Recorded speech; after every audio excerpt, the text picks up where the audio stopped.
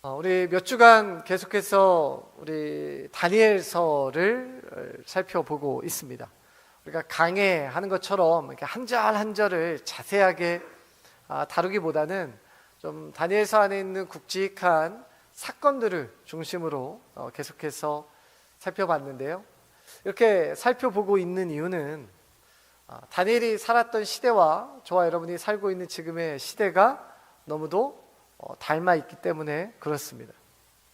다니엘이라는 인물, 그는 하나님의 백성으로 하나님의 백성의 정체성을 가지고 살아갔던 인물, 그는 그렇게 성장했지만 의도치 않은 외부적인 요인들, 나라가 망하게 되었죠. 나라가 멸망하게 돼서 그는 포로로 낯선 이방 땅에 끌려오게 됩니다.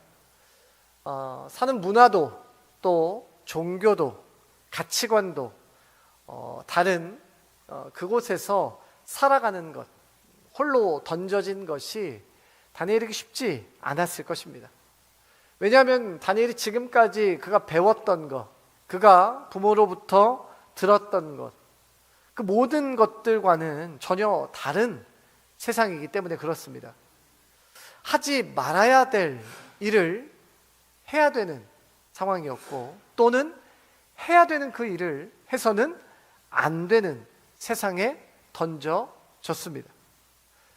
여러분, 오늘 우리가 살아가는 세상이 꼭 이와 같지 않습니까? 여러분, 그리스도인, 하나님의 사람, 제가 좋아하는 말, 예수쟁이로 사는 것이 여러분 어떻습니까? 여러분, 그리스도인으로 사는 것이 쉬우세요? 아니면 어려우세요? 자, 만일에 쉽다고 말씀하시는 분들이 있다면 아마 두 개 중에 하나입니다. 첫 번째는 믿음을 아주 철저하게 숨기고 살아가고 있던지, 아니면 정말 세상을 초월한 믿음을 가지고 계신 분이던지. 그런데 여러분, 대부분 어떻습니까? 여러분, 진짜 예수쟁이로 살아가는 것이 쉽지가 않습니다. 아주 어렵습니다. 적당히 타협하면서 살라고 하면 살 수 있죠. 좋은 게 좋은 거지 하면서 살면 삽니다. 그런데 주일날 강단에서 말씀을 선포하면 우리가 늘 우리 마음 가운데 찔림이 있지 않습니까? 말씀대로 살아가야 된다고 그러지, 정직해야 된다고 하지, 용서해야 된다고 하지, 내가 먼저 포기하라고 하지, 내가 더 이웃을 내 몸처럼 사랑하라고 하지, 섬기라고 하지. 좀 마음이 편해 보려고, 내 마음의 심신의 안정을 찾기 위해서 어떤 내가 종교를 선택하신 분들이라면, 신앙을 그런 의미로 가지려고 하신 분들이라면 아주 깜짝 놀라는 거예요. 왜냐? 신앙생활이 편한 게 아니라 이 신앙생활이 너무 불편하기 때문에 그렇습니다. 지금까지 내가 살아왔던 이전의 내 모습과 계속해서 부딪히기 때문에 그렇습니다. 여러분, 그렇게 본다면 여러분, 신앙생활이라는 건 어떻습니까? 어려워요. 교회에서 평생 살라고 하면, 저 같은 경우입니다. 저는 대부분 성도님들을 만나고 교회를 다니지 않는 분들과 그렇게 접촉할 기회가 많지 않기 때문에 교회에서만 저처럼 살려고 한다면 쉬워 보일 수 있습니다. 그런데 여러분, 우리 성도님들 대부분의 삶이 어떻습니까? 세상 그 한복판에 살아가고 있습니다. 그래서 어려운 것이죠. 성도님들과 함께 이야기하다 보면 정말 교회에서 평온한 모습과는 다르게 정말 세상 속에 치열하게 살아가고 계신 성도님들의 삶의 이야기들을 듣습니다. 그런데 사랑하는 성도 여러분, 신앙생활은 어려운 게 맞습니다. 여러분들 중에 신앙생활 하려고 내가 결단하며 믿음 생활을 하는데 왠지 모를 힘듦과 내 삶에 부침이 있으신 분들은 여러분, 지금 맞게 하고 계시는 것이기 때문에 걱정하지 않으셔도 됩니다. 여러분, 신앙생활이라는 것은 치열하게 맞서는 것입니다. 치열하게 맞서는 것과 나의 바뀌지 않는 태도, 여러분, 이것이 바로 신앙생활이에요. 다니엘서를 보면 우리와 비슷한 사람이 등장을 합니다. 가장 먼저는 다니엘이 등장하고요. 그리고 지난주에 봤던 3명의 친구들도 등장을 합니다. 그들은 모두 세상에서 하나님을 향한 믿음으로 살았던 사람들입니다. 자, 그러면 오늘 우리는 다시 한번 다니엘서 말씀을 통해서 세상 속의 그리스도인의 삶이란 무엇인가 다시 한번 나누고 깨닫는 시간 되기를 바랍니다. 자, 오늘 먼저 우리가 읽은 본문인 다니엘서 6장은 이제 세월이 아주 어느 정도 지난 뒤에 일어난 사건입니다. 자, 1절은 이렇게 기록합니다. 다리오가 자기의 뜻대로 고관 120명을 세워 전국을 통치하게 하고, 자, 여기 보면 다리오라는 인물이 등장을 합니다. 사실 이 다리오라는 인물이 어떤 인물인가 하는 부분에 대해서 의견이 좀 분분합니다. 자, 왜 그러냐? 실제 역사, 그러니까 말하는 정사라고 하죠. 실제 정사에서 보면 이 다리오라는 왕이 등장하고 있지 않기 때문에 그렇습니다. 자, 그래서 어떤 학자들은 그것을 근거로 이 다니엘이라는 인물이 실존 인물이 아니다. 실제로 존재했던 인물이 아니라 후대 이스라엘 백성들에게 어떤 교훈과 또 어떤 소망을 주기 위해서 가상의 인물로 등장한 내용이다 라고 말하는 학자들도 있습니다. 자, 또 어떤 학자는 이제 바벨론의 벨사살, 그러니까 마지막 왕입니다. 바벨론의 마지막 왕이 죽고 그 다음 왕국인 이제 메데바사의 왕이었던 고레스 왕, 그 고레스 왕의 또 다른 이름이다, 또 다른 별명이다 라고 이야기하는 사람들도 있습니다. 자, 그런데 여러 역사적인 자료들과 내용들을 좀 종합해 보면 이 다리오라는 인물은 이 전체 왕국 전체를 다스렸던 이제 황제라기보다는 그 황제였던 이 고레스, 메데바사의 황제였던 고레스로부터 나라를 다스릴 권한을 위임받은 인물이다라고 보는 것이 맞습니다.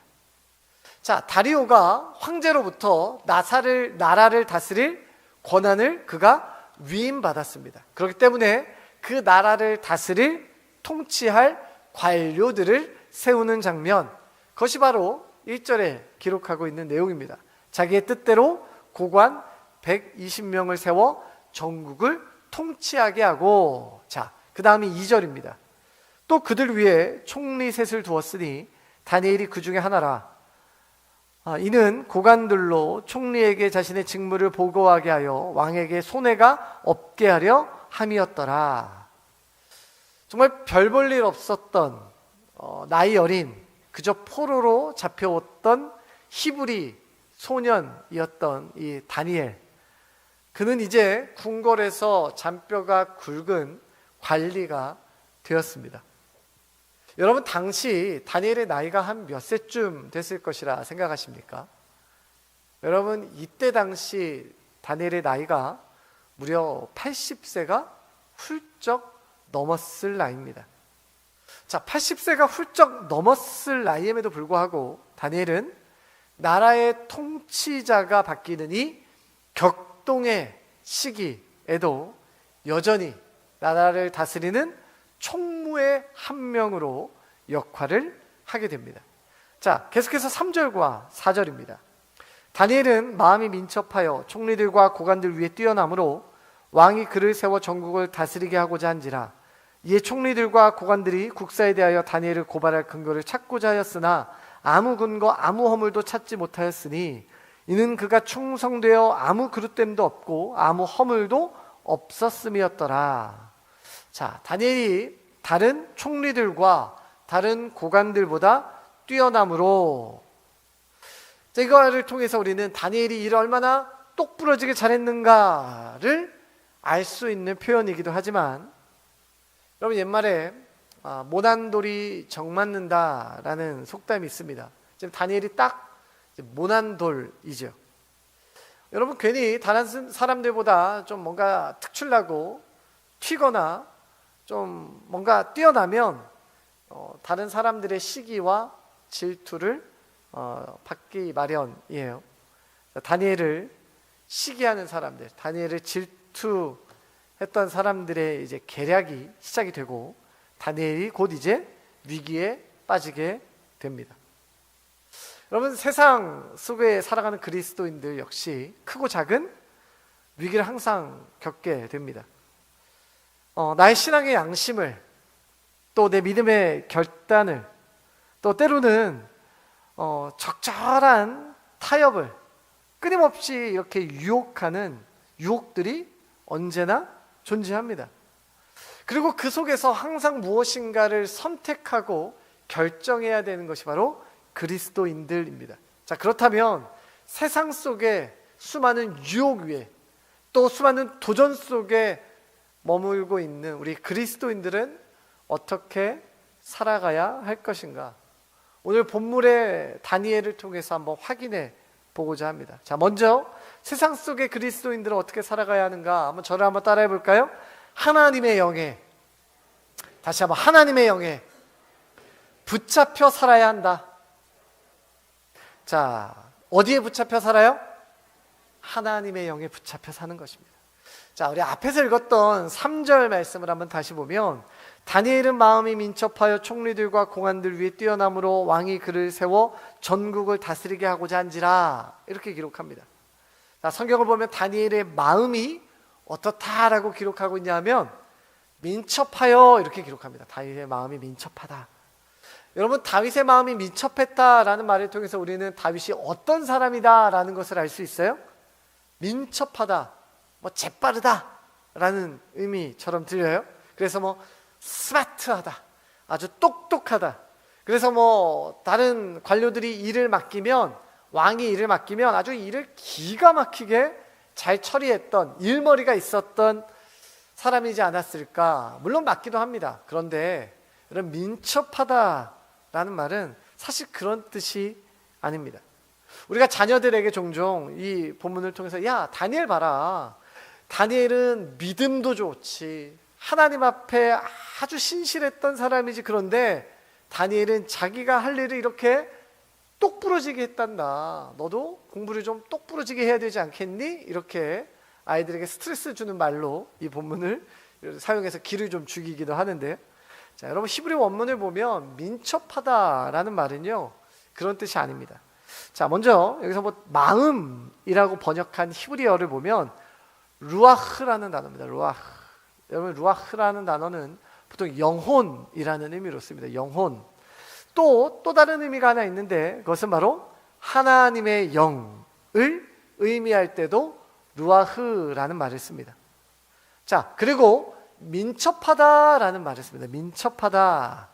이 민첩하다라는 말은요, 야타라라는 단어인데요, 여러분, 이 민첩하다는요, 특별하다라는 뜻이에요. 탁월하다라는 뜻입니다. 자, 그리고 히브리어 단어 하나가 더 등장을 하는데 그게 바로 베흐라는 단어입니다. 베흐. 이 말은요, 무엇 안에, 무엇 곁에, 무엇과 함께라는 뜻이에요. 자, 종합해보면 마음이 민첩하다라는 말은요, 아주 특별한 영이 다니엘과 함께 있다라는 뜻입니다. 아주 특별한 영이 하나님과 다니엘과 함께 있다. 그래서 여러분, NASB라고 하는 영어 번역, 영어 성경을 보면 그가 특별한 영의 지배를 받았다라고 번역합니다. 그가 특별한 영의 지배를 받았다. 여러분, 여기서 말하는 특별한 영이 무엇입니까? 여러분, 바로 성령을 뜻하는 거예요. 하나님의 영을 뜻하는 것입니다. 성령이 다니엘과 함께 있었고 다니엘이 매일매일 성령의 지배를 받았다라는 것입니다. 그가 나이가 80이 되도록, 그가 노인이 되는 그 80이 되도록까지 그의 일상은 누구에게 붙잡힌 일상이었다? 성령님과 함께 했던 일생의 여정이었다라는 것이에요. 놀라운 것은 다니엘이 그가 어렸을 때부터 지금 이 노년에 이르기까지 꾸준히 하나님의 영에 날마다 감동되어 살아왔다라는 것입니다. 여러분, 우리는 여기서 그리스도인들에게 가장 우선해야 될 것을 발견합니다. 여러분, 다니엘서를 보면서 우리가 배워야 할 것은 세상의 암투와 세상의 계략 속에서 어떻게 살아남을 수 있을까라는 처세술을 배우는 것이 아닙니다. 우리가 먼저 해야 될 것은 내가 이 세상에 살아가는 동안 내가 문제를 만나고 어려움을 만나고 힘든 일을 만나고 뭔가를 선택해야 되는 일을 만났을 때 내가 그것을 가지고 누구에게 가지고 가는가 하는 것입니다. 내가 그 문제와 그 어려움을 누구에게로 가지고 가는가. 여러분, 다니엘은 어렸을 때부터 성령과 함께였습니다. 그가 처음 바벨론에 잡혀왔을 때 왕이 주는 음식을 거절하고요, 채소를 먹습니다. 여러분, 이것을 먹나 저것을 먹나, 어쩌면 먹는 거 그거 아무것도 아닐 수 있어요. 왜? 여러분, 먹지 않으면 살 수 없잖아요. 그 먹는 거 아무것도 아닌 그 문제를, 다니엘은 그 문제를 누구에게 가지고 갔을까요? 내 상식에게 가지고 간 것이 아니라 하나님에게 가지고 간 것이에요. 그가 어린 나이였음에도 불구하고 그가 신앙으로 선택할 수 있는 것은 그저 음식을 거부하는 것 정도였지만, 결국 그의 나이가 80이 될 때까지 다니엘은 이 믿음의 태도를, 즉 어떠한 문제든 하나님 앞에 가지고 나오는 이 믿음의 태도를 지속적으로 끊임없이 반복해서 유지했다라는 것입니다. 여러분, 지난주에 살펴본 다니엘의 친구들은 어떻습니까? 느부갓네살 왕이 세운 금신상에 절하지 않는다면 풀무불에 던져져 죽을 상황이었습니다. 다니엘의 세 친구 역시 그 죽음의 위기와 그 어려움, 그 어려움과 고민들을 스스로 해결했던 것이 아니에요. 여러분, 그 문제를 누구에게 가지고 갔어요? 하나님께 가지고 간 것입니다. 사랑하는 성도 여러분, 이렇게 믿음의 태도는 일회성이 아니라 지속적으로 유지하는 것입니다.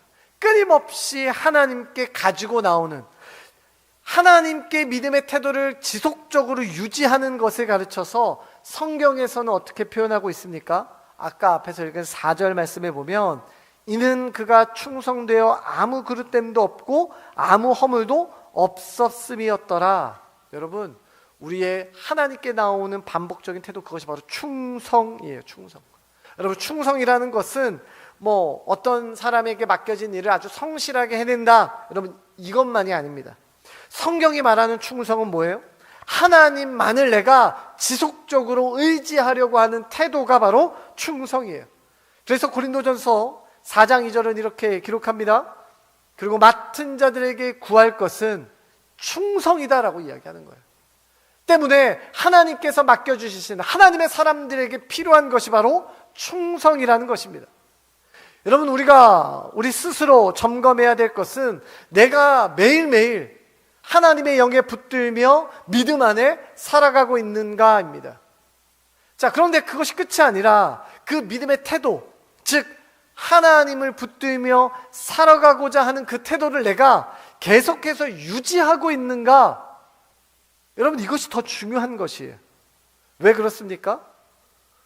우리가 자칫 교회와 사회를 분리해서 생각할 때가 많기 때문이에요. 교회에서는 믿음을 아주 있는 것처럼 잘 유지하고, 사회에 가면 세상의 방식을 따라가는 것. 왜 그래요? 교회의 방식은, 교회에서 말하는 믿음은 내가 사는 세상에서는 소용없다, 효과 없다 라고 생각하는 것 아닙니까? 그런데 여러분, 앞에서 말하는 충성은 무엇입니까? 그 충성은 신앙의 영역뿐만 아니라 내 삶의 모든 삶의 영역, 나의 일터와 나의 가정 모든 것을 포함하는 것입니다. 내가 어느 곳에 있든지 어떤 상황에 있든지 하나님을 따르려고 하는 태도예요. 우리가 하나님을 알아가면 알아갈수록 하나님에 대한 무엇이 생겨요? 신뢰가 생기고 확신이 생겨요. 하나님을 향한 확실한 이 믿음은 우리가 기꺼이 하나님을 따르도록 결단하게 하는 것입니다. 여러분, 우리 주변에 갈등 상황이 얼마나 많이 있습니까? 요즘 우리나라에서 일어나는 모든 일들이 다 갈등 상황입니다. 멀리 갈 필요도 없습니다. 집에서도, 또 회사에서도, 여러분 심지어는 교회 안에서도 갈등이 있습니다. 이렇게 사람이 모이는 모든 곳에는 갈등이 존재합니다. 여러분, 근데 그 갈등을, 그 어려움을 해결할 열쇠가 사람에게 있지 않습니다. 아무리 내가 스스로를 반성하고 점검하고 돌아봐도 우리에게 답이 있지 않습니다. 여러분, 우리에게 답이 있지 않는다라는 것을 인정한다면, 나에게 답이 없다라는 것을 인정한다면, 여러분, 그것을 가지고 하나님께 나오시기를 바랍니다. 여러분, 예레미야 29장 13절에 이렇게 기록합니다. 너희가 온 마음으로 나를 구하며 나를 찾을 것이요 나를 만나리라. 하나님을 찾을 때 하나님 우리를 만나 주십니다. 그리고 우리는 그 안에서 평안을 얻게 될 것입니다. 하나님이 우리의 일상에 주시는 그 평강의 은혜를 받아 누리는 여러분 되시기를 주님의 이름으로 축원합니다. 계속해서 본문을 이어보면 다니엘을 넘어뜨리려 하는 자들이 드디어 다니엘의 약점을 찾습니다. 자, 5절 이렇게 기록합니다. 그들이 이르되 이 다니엘은 그 하나님의 율법에서 근거를 찾지 못하면 그를 고발할 수 없으리라 하고, 자, 다니엘이 하나님이 섬기는 것을 알고 그것을 약점으로 잡으려 합니다. 여러분, 우리 때로 우리의 믿음이 약점처럼 느껴져서 믿음을 감출 때가 있는 것 같아요. 자, 7절은 계속해서 이렇게 기록합니다. 나라의 모든 총리와 지사와 총독과 법관과 관원이 의논하고 왕에게 한 법률을 세우며 한 금령을 정하실 것을 구하나이다. 왕이시여, 그것은 곧 이제부터 30일 동안에 누구든지 왕 외에 어떤 신에게나 사람에게 무엇을 구하면 사자굴에 던져 넣기로 한 것이니이다. 자, 내용이 뭡니까? 한 달 동안 왕을 제외하고는 누구에게도, 어떤 신에게도 기도해서는 된다, 안 된다? 안 된다. 법을 어기면 끔찍한 형벌이 예고됩니다. 바로 사자굴에 던져지는 것입니다. 그 법이 공포가 됩니다. 자, 그 공포가 된 후에 다니엘의 행동이 무엇이었을까요? 자, 우리 10절을 한번 같이, 우리 이 10절을 같이 읽어보도록 하겠습니다. 시작. 다니엘이 이 조서에 왕의 도장이 찍힌 것을 알고도 자기 집에 돌아가서는 윗방에 올라가 예루살렘으로 향한 창문을 열고 전에 하던 대로 하루 3번씩 무릎을 꿇고 기도하며 그의 하나님께 감사하였더라. 다니엘이 이 조서에 왕의 도장이 찍힌 것을 알고도, 자, 이 말은 내가 하나님께 기도하면 내 운명이 사자굴이라는 것을 알았다라는 뜻입니다. 여러분, 입장을 바꿔서 제가 지금 다니엘의 상황이라면 나 저렇게 할 수 있을까라는 생각이 듭니다. 여러분은 어떻습니까? 여러분 어떻습니까? 여러분, 뭐 꼭 기도를 골방에서 해야지, 기도를 뭐 꼭 저렇게 창문까지 열고 할 필요가 있을까? 뭐 예루살렘을 향해 열고 뭐 문 열고 그렇게 할 필요가 있을까? 뭐 내가 좀 조용하게 신앙생활하면 되지, 뭐 그 유별났다고 그 유별나게 그렇게 신앙생활 해야 되는가? 여러분, 우리 생각, 이런 생각이 들기도 합니다. 또 다니엘의 신앙에 비춰보면 늘 우리가 그 신앙이 부족해 보이는 것도 사실입니다. 다니엘의 신앙이 얼마나 위대해 보입니까? 자신이 죽을 것을 알고도 하나님을 향한 신앙을 포기하지 않는 그 모습, 나와는 좀 다른 신앙 같아요. 야, 어떻게 하면 저럴 수 있을까? 과거 우리 조상이 신사참배를 거절하는 것도 마찬가지 아닙니까? 고통스러운 고문을 견뎌내고 목숨을 던져서까지도 신사참배를 거부했던 그런 선조들, 야, 그분들의 믿음과 야, 내 믿음은 다른 믿음인가? 라는 생각마저 듭니다. 자, 그분들은 어떻게 그런 믿음을 가질 수 있었을까? 자, 그런데 오늘 앞에서 본 10절 말씀에 제 눈을 사로잡은 문장이 하나가 있습니다. 바로 예루살렘을 향한 창문을 열고 전에 하던 대로 하루 3번씩 무릎을 꿇고 하는 거예요. 전에 하던 대로. 여러분, 이 말은 무슨 말입니까? 다니엘이 하나님을 의지하고 또 하나님을 바라봤던 그의 믿음의 태도가 얼마나 꾸준했는지를 보여주는 문장입니다. 여러분, 다니엘이 어렸을 때부터 또 그가 지금 80이 넘은 노년에 이르기까지 그가 어떻게 그런 믿음을 유지했는가, 또 그가 어떻게 하나님 앞에서 그렇게 위기 앞에서 죽음의 두려움 앞에서 그가 어떻게 그렇게 행동할 수 있었을까? 그 비결은 바로 전에 하던 대로입니다. 바로 꾸준함입니다. 꾸준함. 여러분, 이 꾸준함을 다른 말로 하면 기본기라고 할 수 있습니다. 기본기. 여러분, 여기 앉아 계신 분들 중에 아마 이 청년 시절을, 여기 아마 나이가 좀 한 40대 50대 분들의 청년 시절부터 교회를 다니셨던 분들이라면 그때 당시 교회에서 많이 했던 운동이 있습니다. 스포츠, 바로 탁구입니다. 탁구. 그래서 교회 한편에는 늘 식당이나 뭐 교회 공간이 조금 있으면 늘상 탁구대가 있었고 탁구를 정말 많이 하셨어요. 그래서 좀 연세가 지긋한 목사님들도 탁구 치시는 분들이 상당히 많습니다.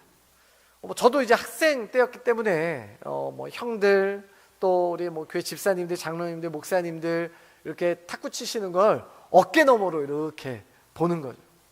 너무너무 재밌더라고요. 점수 내고 뭐 강하게 공을 딱 쳐가지고 멋있게 넘기기도 하고, 또 보통 우리가 뭐 공을 깎는다라고 하죠. 이렇게 스핀을 딱 줘가지고 상대방이 못 받게 해서 점수를 내기도 하고, 너무 멋있는 거예요. 이 친구들이랑도, 그래서 이 비계 자리가 비면 친구들이랑도 이렇게 탁구를 막 이렇게 칩니다. 근데 친구들은 뭐 저희가 정식으로 배운 게 아니니까 친구들 사이에서 잘 친다 소리를 들으려면 어떤 기술이 필요하냐? 아까 앞에서 말한 것처럼 공에 스핀을 잘 걸어야 됩니다. 공을 잘 깎아서 줘야 돼요. 공을 잘 깎아서 주면 못 받아요, 상대방이. 그래서 점수를 많이 냅니다. 그래서 그게 참 중요했거든요. 저도 어렸을 때 이제 탁구를 좀 배우겠다고 좀 이제 배우면서 시작을 했는데, 이제 배우면서 이제 친구들은 이제 다 내 미치다, 이제 내가 배우면 내가 다 이긴다 했었어요. 근데 친구들이랑 경기해서 이길 만한 기술은 하나도 안 가르쳐주고 맨날 공만 똑깍똑깍 맨날 똑딱똑딱 넘기기만 가르쳐주는 겁니다. 맨날 하루 종일 그것만 한 거예요. 그리고 공에 조금만 이렇게 스핀이라도 주려고 하면 엄청 혼났습니다. 자, 그러면서 저에게 뭐라고 말씀하셨냐면, 처음에는 공에 상대방이 받기 어렵게 줘가지고 점수를 내는 게 처음에는 좀 잘하는 것처럼 보여도 나중 되면 그 친구들은 실력이 그대로일 거고, 기초부터 기본기부터 차근차근 배우는 사람들은 처음에는 좀 느리게 보여도 나중 되면 실력 차이가 좀 날 것이다 라는 말씀을 하시더라고요. 여러분, 이게 바로 뭐예요? 기본기예요. 기본기. 여러분, 기본기를 얻기 위해서 필요한 것이 있습니다. 기본기가 저절로 생기는 것이 아닙니다. 기본기가 그냥 자동으로 나에게 생기는 것이 아니에요. 여러분, 기본기에 꼭 필요한 것이 뭐예요? 꾸준한 반복입니다. 반복. 기본기를 몸에 익히려면 꾸준한 반복이에요. 아주 지루할 만큼 계속해서 반복하는 겁니다. 그래서 그것을 내 몸에 새기는 거예요. 그래서 의도하지 않아도, 내가 뭐 생각하지 않아도 자연스럽게 몸이 먼저 움직이는 거, 내 몸이 먼저 움직이는 거, 여러분, 이게 바로 기본기예요. 여러분, 다니엘을 통해서 우리가 배워야 할 것도 바로 이 영적인 기본기입니다. 기본기. 여러분, 영적인 기본기도 마찬가지예요. 말씀이 좀 이해되지 않아요. 말씀을 읽어도 무슨 말인지 도저히 모르겠어요. 묵상을 해도 이게 도대체 묵상을 잘 하고 있는 건지, 정확하게 하고 있는 건지, 뭔지 잘 모르겠어요. 여러분, 그래도 늘 말씀을 읽는 거예요. 기도가 되든 안 되든, 기도가 되는 날도 있고 안 되는 날도 있고, 그래도 나와서 딴 생각하고 돌아가도 하더라도 기도의 자리에 나와서 그 자리를 지키는 겁니다. 새벽 예배에 나와서 뭐 푹 한숨 자고 가는 한이 있더라도 새벽에 그 자리를 지키는 거예요.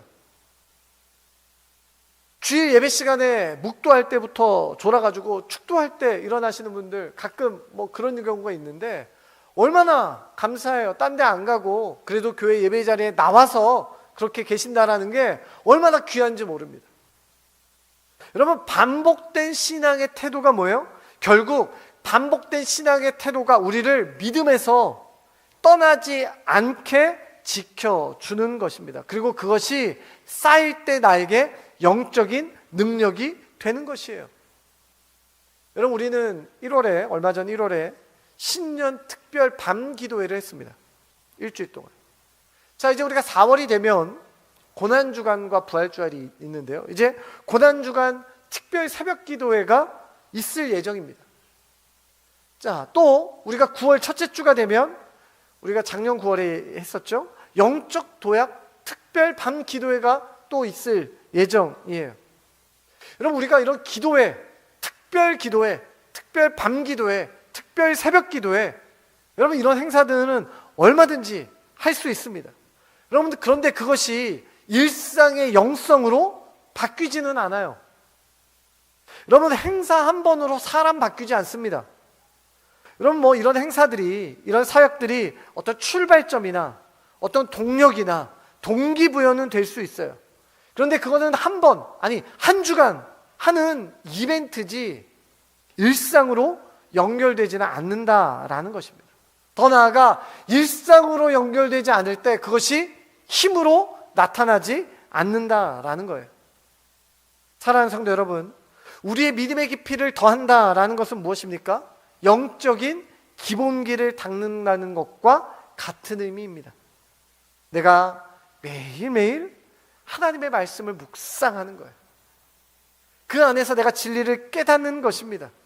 그리고 내가 하루하루를 살 힘을 거기서 얻는 것이에요. 내가 결단하는 것이에요.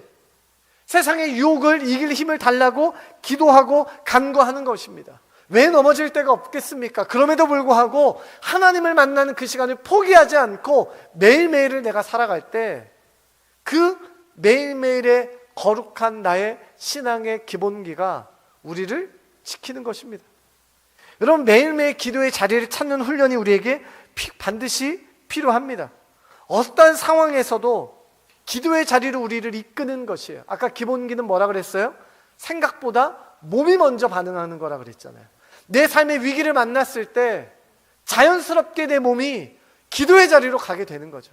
내 마음은 너무 부산한데 내 몸은 자연스럽게 기도의 자리로 나아가는 것. 여러분, 그것이 뭐예요? 우리를 훈련하는, 우리를 지키는 기본기가 되는 것입니다. 여러분, 감사의 훈련이 된 그리스도인들은 어떨까요? 그 어떠한 불평과 그 어떠한 위기 상황에서도 먼저 내 입이 먼저 하나님을 향한 감사가 고백되어지게 되는 것입니다. 사랑하는 성도 여러분, 저와 여러분이 세상 속에서 그리스도인으로 살아갈 때 이렇게 날마다 하나님의 영에 붙들려 그의 은혜를 맛보는 일상을 살아가는 여러분 되시기를 주님의 이름으로 축원합니다. 또한 더불어 영적인 기본기를 매일매일 쌓으며 오늘 하루를 믿음 안에 승리자로 살아가는 여러분 되시기를 주님의 이름으로 축원합니다. 자, 우리 말씀 기억하며 우리 같이 찬양하도록 하겠습니다. 승리는 내 것일세. 우리 힘차게 주님, 내가 나의 믿음으로 승리하기를 원합니다. 우리 힘차게 한번 승리는 내 것일세. 승리는 내 것일세. 승리는 내 것일세. 구세주의 보혈로서 승리는 내 다시 한번 합시다. 승리는 내 것일세. 승리는 내 것일세. 승리는 내 것일세. 구세주의 보혈로서 승리는 내 것일세. 내 것일세. 승리만은 구세주의 보혈로서 항상 이 승리는 내 것일세. 승리는 내 거실세 구세주의 보혈로서 승리는 내 거실세 내 거실세 승리하는 구세주의 보혈로서 항상 이기네 내 거실세 내 거실세 승리하는 구세주의 보혈로서 항상 내 거실세 승리하는 내 거실세 승리하는 구세주의 보혈로서 항상 이기네 내 거실세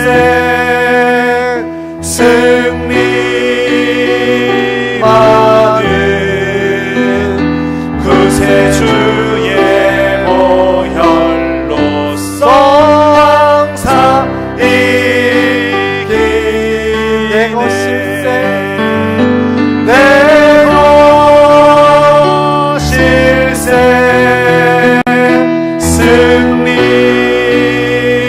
승리하는 구세주의 보혈로서 항상 이기네. 이 시간 우리 말씀을 기억하며 우리 같이 기도하겠습니다. 여러분 삶의 어려움과 수많은 질문들을 가지고 여러분 가장 먼저 어디로 가십니까? 내 마음의 동굴로, 혹은 그것을 내 잠시 잊게 해주는 그곳으로 도망치고 있지는 않습니까? 오늘 우리가 살펴본 다니엘은 날마다 하나님의 영에 붙잡혔고 또 그것을 지속적으로 유지했던 인물입니다. 주님, 내 일상에서의 삶에 하나님의 영으로 내가 충만하기를 원합니다. 주님과 동행하는 일상을 살아가기를 원합니다. 또한 그 충만한 일상이 매일매일의 나의 영적인 기본기가 되어 내 안에 축적되기를 원합니다. 하나님, 이벤트에 의지해 살아가는 것이 아니라 오늘 나에게 주시는 은혜와 말씀을 사모하는 일상을 살아가게 하여 주시옵소서. 이 시간에 우리 주님 이름 한번 부르짖고 같이 한 목소리로 기도합니다. 주여